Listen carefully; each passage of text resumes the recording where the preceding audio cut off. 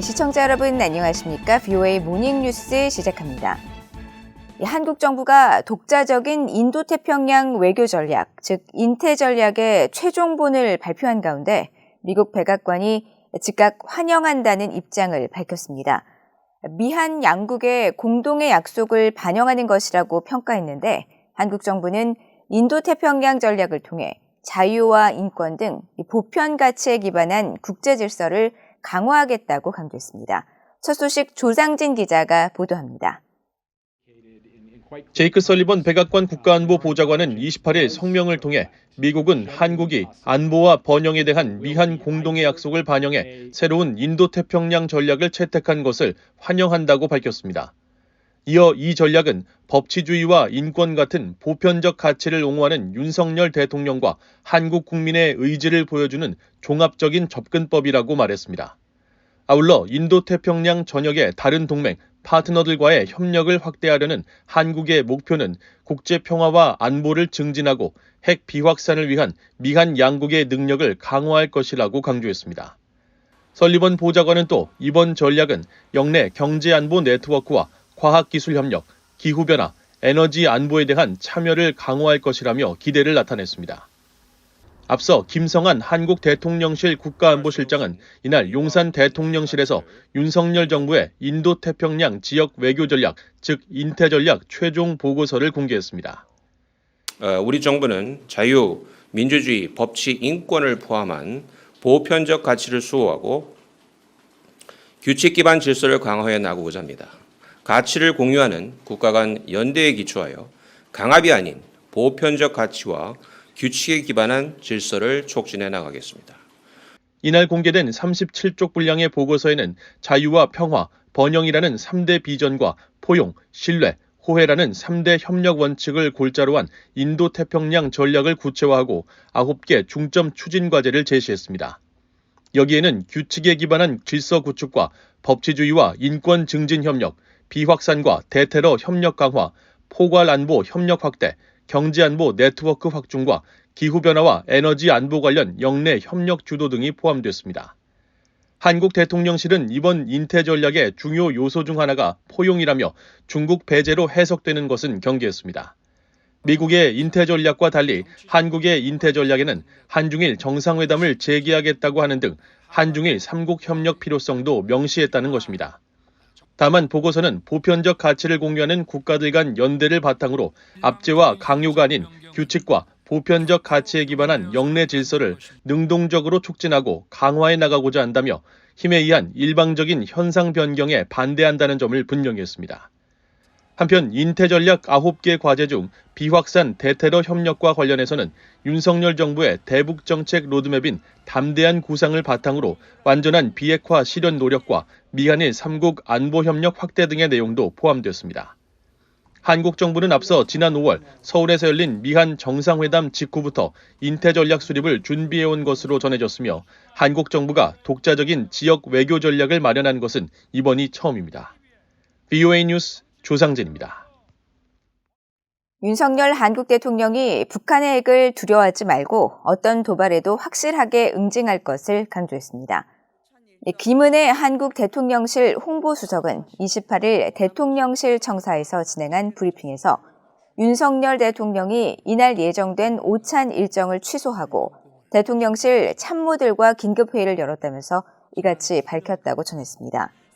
또 북한 무인기의 영공 침범 당시 윤 대통령은 적의 무인기 한 대가 내려오면 우리는 2대, 3대를 올려보낼 수 있도록 조치하라는 지시를 내렸다면서 필요하다면 격추도 하고 관련 조치를 최대한 강구할 것을 지시했다고 밝혔습니다.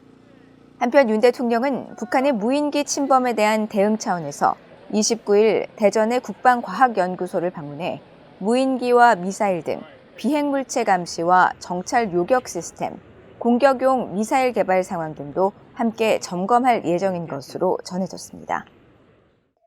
미국 정부의 미국 이산가족 상봉 추진을 위한 노력을 요구하는 법안이 최근 조 바이든 대통령의 서명을 거쳐 법제화됐는데요.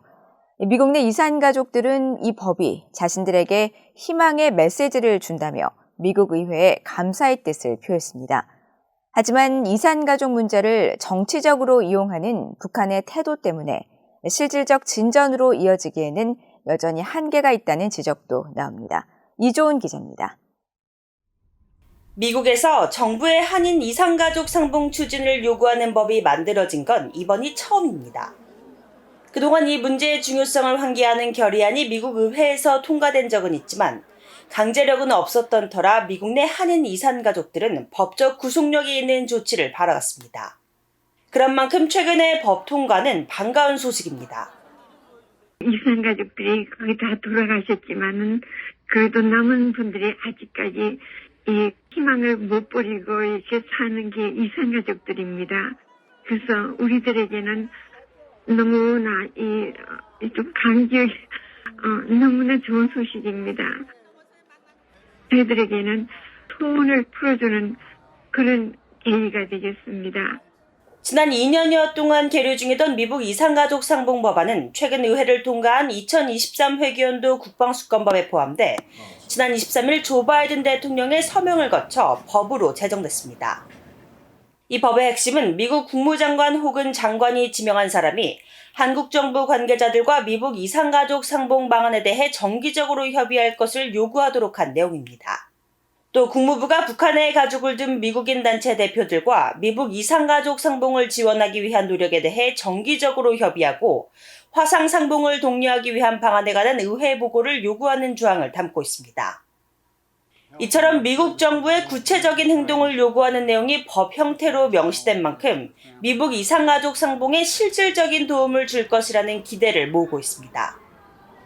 가장 정치적으로 좋지 않은 때 미국과 북한이 저희들이 이슈로 서로 대화를 시작할 수 있는 가장 안전한 카드니까 그런 의미에서 상당히 희망적으로 보고 있습니다. 하지만 기대만큼 진전이 이뤄질지에 대해선 회의적인 목소리도 있습니다. 이산가족 상봉 문제는 근본적으로 북한 정부가 호응해야 진전을 이룰 수 있는데 현재 미북 관계가 좋지 않기 때문입니다. 과거 2011년 당시 김계관 북한 외무성 제1부상과 이산가족 상봉 합의를 이끌었던 로버트 킹 전 국무부 북한 인권특사는 이번 법 제정이 인도주의적 사안에 대한 미국의 우려를 나타내는 상징적인 측면에서 의미가 있다면서도 이 문제를 정치적으로 이용하는 북한 당국의 태도가 여전히 큰 걸림돌이라고 지적했습니다. The North Koreans use these family exchanges as an opportunity to put pressure on South Korea.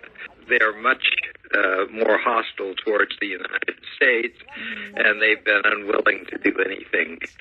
I'm pessimistic about whether it will actually lead to some positive movement. 그동안 남북한 사이에는 대면 상봉과 화상 상봉이 여러 차례 이뤄졌지만 미북 간 공식 이산가족 상봉은 단 한 번도 없었습니다. 재미 이산가족 상봉 추진위원회에 따르면 북한의 가족, 친척을 둔 한국계 미국인은 현재 최소 90명 정도가 생존해 있으며 이들 대부분이 80대 후반, 90대에 접어든 것으로 추산되고 있습니다. VOA 뉴스 이존입니다. 미국 세관 당국이 북한 노동자들이 생산에 참여한 중국산 수입품에 대해 통관 차단 조치에 나섰다고 밝혔습니다. 그러면서 북한의 강제 노동이 중대한 인권 침해이자 정권의 불법 무기 개발을 지원한다고 비판했습니다. 박형주 기자가 보도합니다.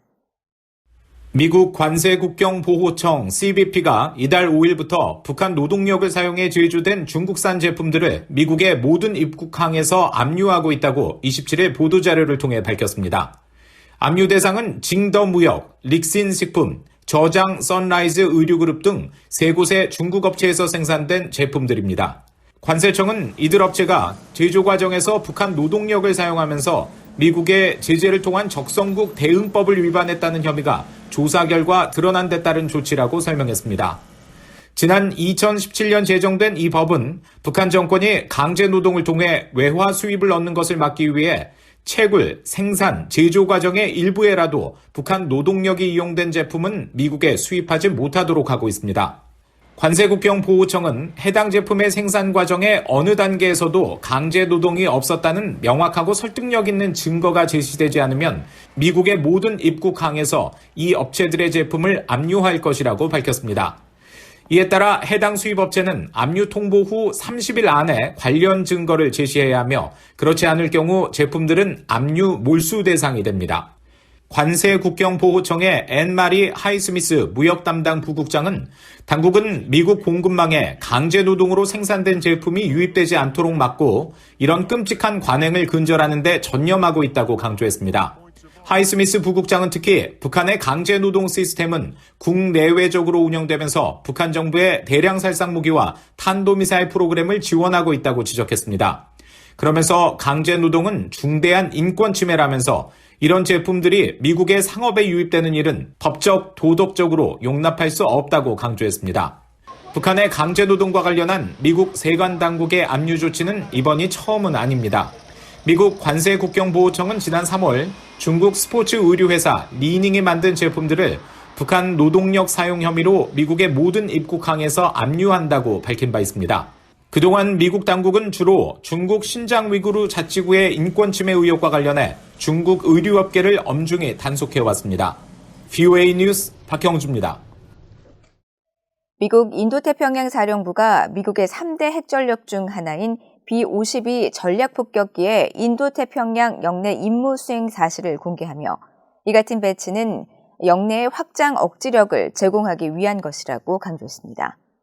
인도태평양 사령부는 지난 18일 B-52 폭격기 2대가 3일 동안 인도태평양 지역 임무 지원을 위해 괌 앤더슨 공군기지에서 임무를 수행했다면서 이번 임무는 미국 공군과 전략사령부가 인도태평양 지역에서 확장 억제를 강화할 수 있는 능력을 강조하는 것이라고 27일 보도자료를 통해 밝혔습니다. 아울러 B-52 전폭기의 배치는 영내 동맹국들과 파트너들을 통합하고 영내 침략에 대한 확장 억제 옵션을 제공하기 위해 전 세계에 걸쳐 핵 능력을 갖춘 폭격기를 배치하는 미국의 능력을 의미한다고 설명했습니다. 그러면서 미국 태평양 공군과 공군 글로벌 타격 사령부는 정기적 협력을 통해 인도태평양 사령부의 작전 수행을 지원하고 있으며 다양한 역량 통합을 통해 영내 안보와 안정 유지를 위해 노력해 나갈 것이라고 강조했습니다. 한국 정부가 북한의 핵과 미사일 위협 등에 대비해 내년부터 5년 동안 331조 원의 국방비를 투입하고 50만 명의 상비 병력을 유지할 것이라고 발표했습니다. 한국 국방부는 28일 발표한 국방 중기 계획에서 북한의 핵과 미사일 대응 능력 보강을 위한 잠수함 발사 탄도미사일 SLBM 장착 중형 잠수함을 추가 확보하고 전술지대지 유도 무기와 적 전력망을 무력화하는 정전탄 등을 전력화할 것이라면서 이같이 밝혔습니다. 특히 방위력 개선비 확충을 통해 북한 핵시설과 이동식 미사일 발사 차량 등 중요 표적을 빠르고 정확하게 탐지하고 파괴할 수 있는 킬체인 능력 확충에 투입할 것이라고 설명했습니다. 아울러 F-35A 스텔스 전투기 20대를 추가 확보하고 북한의 미사일과 장사정포를 조기에 탐지 요격하는 한국형 복합 다층 미사일 방어체계 구축을 추진할 것이라면서 오는 2026년까지 관련 주요 핵심 기술을 확보해 나갈 것이라고 공개했습니다. 이상으로 VOA 모닝 뉴스를 모두 마칩니다. 시청해주신 여러분 고맙습니다.